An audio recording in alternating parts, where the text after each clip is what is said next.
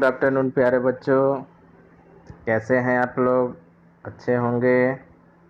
और हम लोग जानते हैं कि कोरोना का समय चल रहा है, स्कूल खुल नहीं रहा है। तब तक हम लोग मोबाइल से ही ऑनलाइन पढ़ाई कर रहे हैं और हम लोग तब तक पढ़ाई करते रहेंगे जब तक कि हम सफल नहीं हो जाते। कोरोना से हमको मतलब नहीं रखना है, हमको सिर्फ अपनी पढ़ाई से मतलब रखना है और खूब मेहनत करना है ताकि हम एक सफल इंसान बन सके। जैसा कि हम लोग जानते हैं कि हम लोगों ने भूगोल और राजनीतिक एवं सामाजिक जीवन को पढ़ लिया है। अब हम लोग पढ़ेंगे सामाजिक विज्ञान विषय के अंतर्गत इतिहास को। कक्षा 6 में हम लोगों ने पढ़ा था इतिहास भाग 1, जिसकी किताब का नाम है हमारे अतीत। 6 में था हमारे अतीत भाग 1। 7 में आए हैं तो हमको हमारे अतीत भाग 2 पढ़ना है। देखिए, फिर से हम आप लोगों को बता दें कि इतिहास को सुविधा के अनुसार पढ़ने के लिए 3 भागों में बांटा गया है: प्राचीन इतिहास, मध्य इतिहास और आधुनिक इतिहास। प्राचीन इतिहास हम लोग कक्षा 6 में पढ़ चुके हैं। अब हम लोग पढ़ेंगे मध्यकाल का इतिहास, ठीक है। और जब कक्षा 8 में जाएंगे तो हम लोग पढ़ेंगे आधुनिक भारत का इतिहास। शुरू करते हैं हम लोग। पाठ का नाम है हमारे 1000 वर्षों के दौरान हुए परिवर्तनों की पड़ताल। यानी 1000 साल के अंतर में क्या परिवर्तन हुआ, उसको हम लोग इस चैप्टर में पढ़ेंगे। ध्यान से आप लोग सुनिएगा, सारी चीज़ें समझ में आती रहेंगी। देखिए, यहाँ एक चित्र बना गया है। मानचित्र है ये। बुक जब मिलेगा आप लोगों को तो आप लोग इसे ध्यानपूर्वक देखिएगा। यह जो मानचित्र है 12वीं सदी के चित्रकार अल इद्रिसी ने बनाया था। कब बनाया था? 1154 ईस्वी में। 1154 ईस्वी में अल इद्रिसी ने इस मानचित्र को बनाया था। लेकिन इस मानचित्र में जो सीन दिखाया गया है, इस समय का जो मानचित्र है सेम इसका उल्टा दिखाया गया है। ऊपर की तरफ दक्षिण और नीचे की तरफ उत्तर को दिखाया गया है। तो इसका मतलब ये नहीं है कि ये गलत है। उस समय में जो प्रचलन था, मानचित्र बनाने का जो नियम था, वो इसी तरह था। तो अल इद्रिसी ने इसी तरह बना दिया। भारतीय उपमहाद्वीप को दर्शाता है जो ये मानचित्र हम लोग देख रहे हैं। एक दूसरा मानचित्र नीचे दिया गया है, इसको ध्यान से हम लोग देखेंगे। यह 18वीं सदी के आरंभ में गुइलाम द लिस्ले के एटलस नुवो के अनुसार बनाया गया था। ये जो मानचित्र है, जो हमारा इस समय का मानचित्र है, उसके आधार पे बनाया गया है। देखिए, श्रीलंका उत्तर की तरफ है इसमें कि दक्षिण की तरफ है? दक्षिण की तरफ है।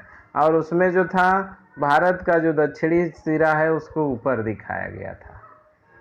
तो इतिहासकार जो है समय समय पर प्राप्त साक्ष्यों के आधार पे ही इतिहास का उस समय में जो घटित घटनाएं हैं उनका अध्ययन करते हैं।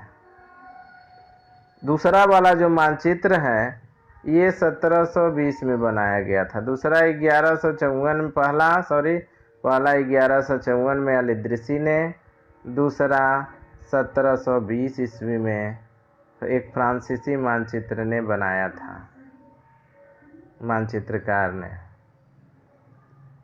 आगे हम लोग देखते हैं। देखिए इसको समझिए आप लोग कि उस समय कैसा था। पाठ का नाम ही है हमारे हजार वर्षों के दौरान हुए परिवर्तनों की पड़ताल। 12वीं शताब्दी में 1155 में जो बनाया गया था मानचित्र, उसमें और 18वीं सदी में जो मानचित्र बना था उसमें क्या अंतर है। यही परिवर्तन हम लोगों को समझना है, किस तरीके से परिवर्तन हुआ, क्या वो परिवर्तन सही था या गड़बड़ था, इसी को देखना है इस पाठ में। इतनी ही महत्वपूर्ण एक बात और यह है कि दूसरे युग तक मानचित्र अंकन का विज्ञान भी बहुत बदल चुका था। हम बताएं कि जो पहला मानचित्र है वो गलत नहीं है, क्योंकि उस समय जो मानचित्र बनता था उसी तरह बनता था। ऊपर तरफ दक्षिण और नीचे की तरफ उत्तर को दिखाया जाता था, तो अल इद्रिसी ने उसी तरह किया था।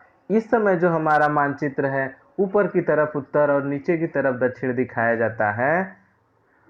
उत्तर, दक्षिण, पूरब, पश्चिम, ऐसे ही मानचित्र बनता है इस समय। और उस समय ये वाला ऊपर था, ऊपर वाला नीचे था। तो उस समय जो प्रचलन था उसके हिसाब से अल-इद्रिसी ने बनाया, और 18वीं शताब्दी में जो प्रचलन था उसके हिसाब से फ्रांसीसी ने बनाया।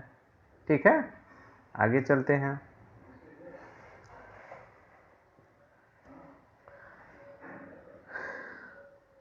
इतिहासकार जब बीते युगों के दस्तावेजों, नक्शों और लेखों का अध्ययन करते हैं तो उसके लिए उन सूचनाओं, संदर्भों का, उनकी भिन्न भिन्न ऐतिहासिक पृष्ठभूमियों का ध्यान रखना जरूरी होता है।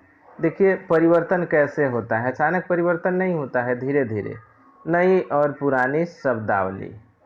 शुरू में किसी व्यक्ति को किस नाम से जाना जाता था, किसी स्थान को किस नाम से जाना जाता था, और बाद में धीरे धीरे उसमें कैसे परिवर्तन हो गया। हम लोग आज भी देखते हैं मम्मी को माँ, मॉम, मदर सब बना है ना, तो उसी तरह से परिवर्तन होता है। देखिए अगर समय के साथ सूचनाओं के संदर्भ बदलते हैं तो भाषा और अर्थों के साथ क्या होगा। अब देखिए है क्या, समय के साथ अगर इसी तरह से बदलता रहेगा तो जो अर्थ हम लोग समझते हैं वो समझ पाएंगे। मान लीजिए फूल है, फूल जो गुलाब का फूल है, हम लोग जो इस समय उसको फूल कहते हैं, अगर बाद में उसको कोई टेड़ू कहने लगे, मेड़ू कहने लगे, कोई दूसरा नाम दे दे, तो क्या हम समझ पाएंगे उस समय की जब हम किताबों को पढ़ेंगे? तो नहीं समझ पाएंगे। तो ये समस्या होती है। ऐतिहासिक अभिलेख कई तरह की भाषाओं में मिलते हैं और ये भाषाएं भी समय के साथ साथ बहुत बदलती हैं। उदाहरण के लिए देखिए शब्द कैसे बदलते हैं, समझिए। उदाहरण के लिए मध्य युग की फारसी आधुनिक फारसी भाषा से भिन्न है। यह भिन्नता सिर्फ व्याकरण और शब्द भंडार में ही नहीं है, समय के साथ शब्दों के अर्थ में भी बदलाव आए हैं। देखिए जैसे हिंदुस्तान, हम लोग भारत को हिंदुस्तान भी कहते हैं, लेकिन आज हम इसे आधुनिक राज्य भारत के अर्थ में लेते हैं। लेकिन जो 13वीं शताब्दी थी, फारसी का इतिहास जो मिनहाजुद्दीन सिराज था, उसका नाम था मिनहाजुद्दीन सिराज, कहीं कहीं मिनहाज सिराज भी दिया है। हिंदुस्तान शब्द का प्रयोग किया था मिनहाजुद्दीन सिराज। देखिए कितनी इम्पोर्टेंट बात यह है कि हिंदुस्तान शब्द का सबसे पहले उल्लेख किसने किया, तो सीधे सीधे आप बताइए 13वीं शताब्दी का फारसी इतिहासकार मिनहाज ए सिराज ने हिंदुस्तान शब्द का प्रयोग किया था। उसने जो ये शब्द का प्रयोग किया था तो उसका अर्थ था पंजाब, हरियाणा और गंगा यमुना के मैदानों के बीच की स्थिति, यानी जो पंजाब और हरियाणा और गंगा यमुना के बीच का जो मैदान था, दिल्ली सल्तनत के सुल्तान जहां तक शासन करते थे, उसी को मिनहाजुद्दीन सिराज ने हिंदुस्तान कहा था। इसके बाद राजनीतिक अर्थ में इन इलाकों के लिए इस्तेमाल किया जाने लगा। फिर क्या हुआ, दिल्ली के सुल्तान के अधिकार क्षेत्र में आते थे उन्हीं को ही बस कहा जाता था हिंदुस्तान। लेकिन सल्तनत के प्रसार के साथ साथ इस शब्द के अंतर्गत आने वाले क्षेत्र भी बढ़ते गए। जब 16वीं शताब्दी में बाबर ने यहाँ पे भारत में अपना शासन स्थापित किया, तो उसने हिंदुस्तान शब्द का जो उपयोग है उपमहाद्वीप के भूगोल, यानी ये जो भारतीय उपमहाद्वीप है उसके भूगोल, पशु पक्षियों और यहाँ के निवासियों की संस्कृति का वर्णन करने के लिए करने लगा जो बाबर था।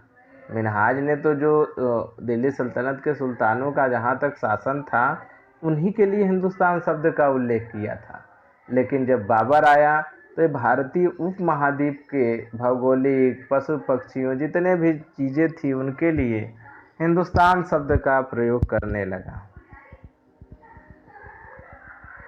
यह प्रयोग 14वीं सदी के कवि अमीर खुसरो द्वारा प्रयुक्त शब्द हिंद के ही कुछ कुछ समान था, मगर जहाँ भारत को एक भौगोलिक और सांस्कृतिक सत्व के रूप में पहचाना जा रहा था, वहाँ हिंदुस्तान शब्द से वे राजनीतिक और राष्ट्रीय अर्थ नहीं जुड़े थे जो हम आज जोड़ते हैं।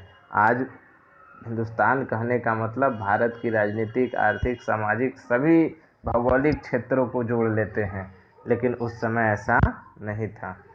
किसी भी शब्द का प्रयोग करने में इतिहासकारों को बहुत सावधान रहना चाहिए, क्योंकि इससे शब्द का अर्थ और समझने की जो क्षमता है उसमें परिवर्तन होता है।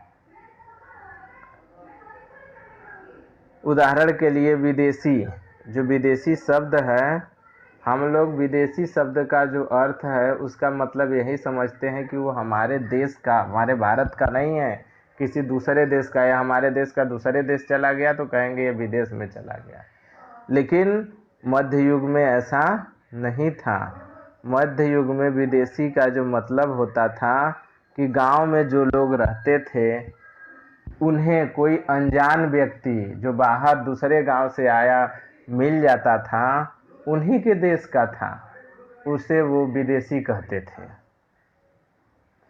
अर्थात जो उनकी संस्कृति का अंग नहीं होता था उसे विदेशी कहा जाता था। ऐसे व्यक्ति को हिंदी में परदेशी और फारसी में अजनबी कहा जाता है। देखिए, विदेशी को हिंदी में परदेशी और फारसी में अजनबी कहा जा सकता है। इसलिए किसी नगरवासी के लिए वनवासी विदेशी होता था, किंतु एक ही गांव में रहने वाले दो किसान अलग अलग धार्मिक या जाति संप्रदाय परंपराओं से जुड़े होने पर भी एक दूसरे के लिए विदेशी नहीं होते थे। बात समझ में आ गई ना? आगे देखते हैं इतिहासकार और उनके स्रोत। कैसे इतिहास का निर्माण होता है, कैसे इतिहास की पहचान होती है, इतिहास कैसे किसी घटनाओं के आधार पर उसका उल्लेख करता है।